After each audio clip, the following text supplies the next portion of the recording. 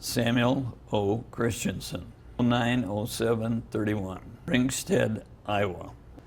Well, my dad ran the restaurant there, a restaurant there, and so we really didn't suffer from the food depression part of it.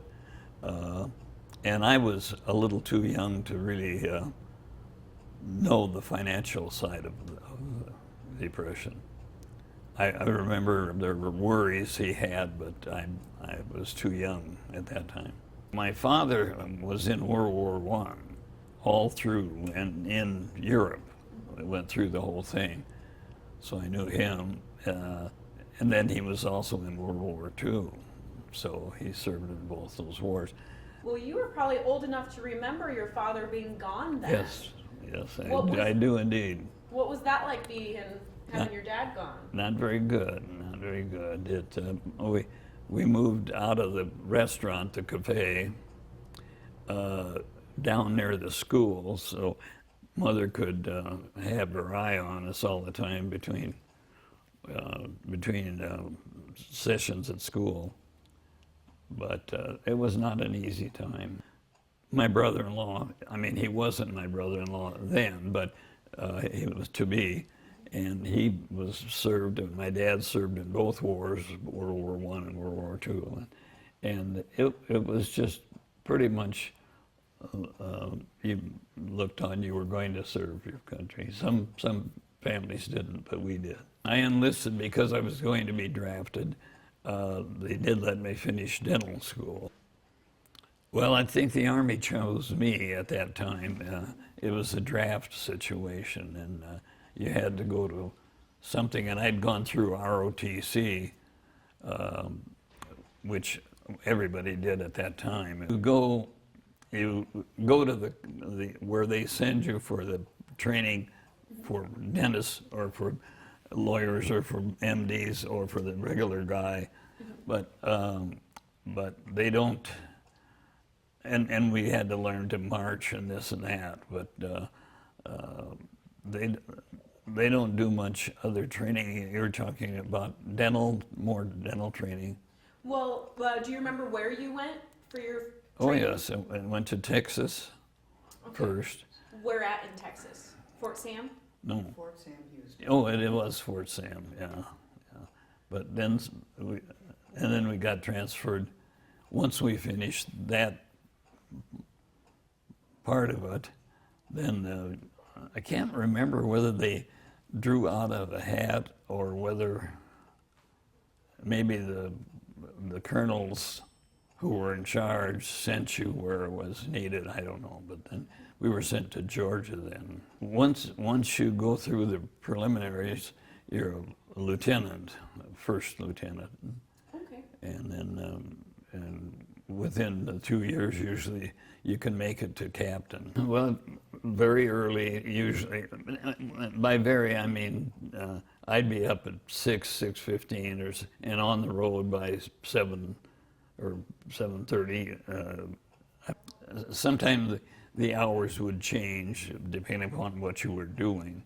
But then, and we'd lunch at the base, and then we would be off at either 4:30, or 5 o'clock. And then most of it was men that I was dealing with. Occasionally, we would get a family member just out of the goodness of the colonel's heart. He would let us do something.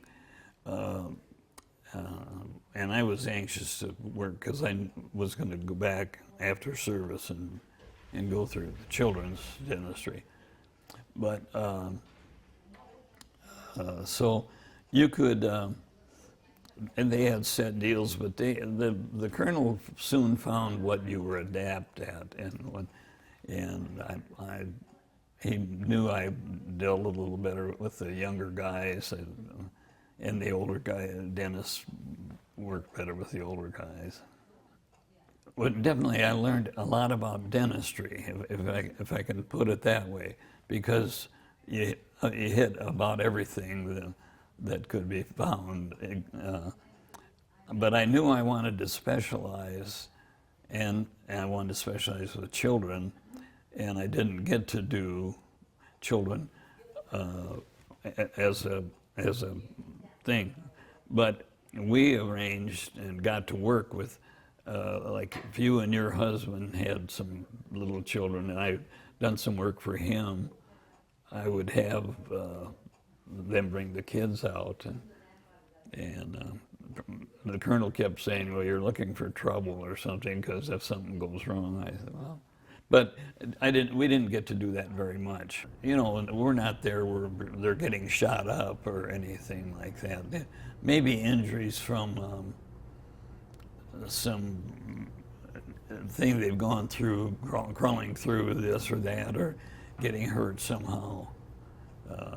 And those injury dentistry isn't fun, but that would be most of it.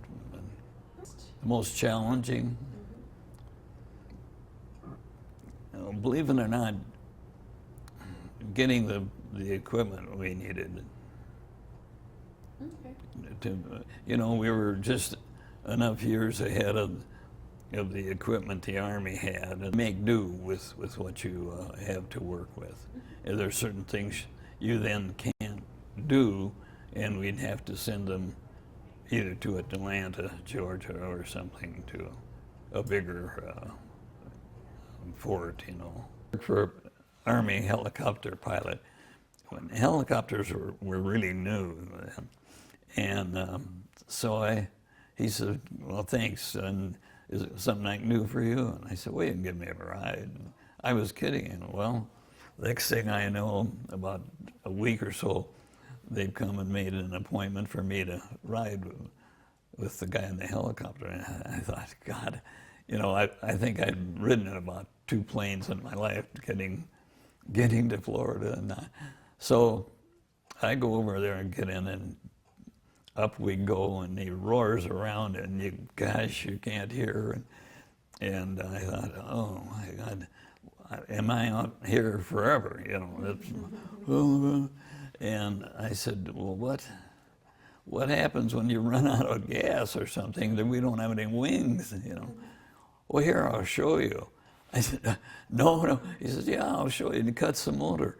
I thought, we've got no wings. We've got those and they're going around still, and they keep going, and they let us down there. And he said, wasn't that fun? And I said, yeah, that was really fun. Do you have any children of your own? Let's see, 1, 2.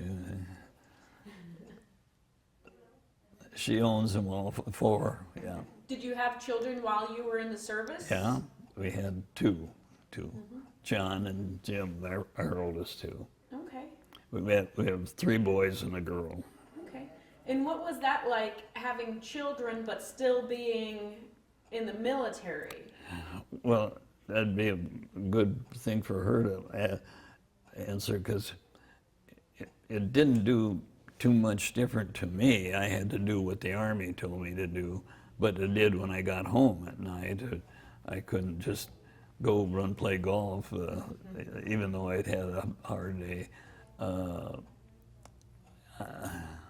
It was a strain, I think, for Mom too, more than me, because I don't say I got away from the kids, meaning I didn't love them, but I did. I did love them, but I had to go away. You know, there's a tournament once a year in Augusta, the Masters. And I marshaled the gallery one year, and we could wear our uniform and hold the ropes and walk along, keep the people back. I kind of wish I would have had to go through just the regular thing to start. They just took us, you know, physicians or dentists or whatever, and worked with you a little bit, taught us, and then away it went on dentistry, because they couldn't teach us anything on dentistry. But just we didn't have to crawl under the gun and, you know, get in the ditch and be shot at. And it's easy to say that I would have liked a little more, maybe the preliminaries, but because they didn't teach us to shoot the gun or do anything like that. So what did you do then after the service? Well, near the end of my service, I had started applying to Iowa, and we applied a couple others just in case, because every year there's quite a fight for the slot to go into children's dentistry or oral surgery or whatever it was. Well, I wanted children, and so it was a pretty good wait to see whether I got accepted, wasn't it, Jane? You didn't know whether it'd be this year or next year if there's 18 guys ahead of you. But the instructors chose who they want, and I'd had a pretty good record with them, so I'm sure that helped. Well, I hoped, nobody wanted to go to dentist. I mean, that's kind of a big thing, that some exaggeration in it, but I learned to be their friend too, and in most cases it worked, and I wouldn't have traded those years for anything. Once you've got your primary or baby teeth, you're only going to have them, until you're 16, 18, not even that. The permanent teeth start pushing them out, but they need to remain in there in a solid way to help development dentally and physically of your bones and everything. And then they need to be cared for, and the kids need to learn to care for them. I just I don't know how to say. I was very happy to serve my country. It was one thing because I had come from a dad that served it plenty, and I was happy to serve kids. So I had a wife that would help me and be with me and even push me, So I was a lucky guy to have the experience of the Army, and that I think helped. The University of Iowa's got a dental school that's as good as any place, and I think this experience really built on that for me.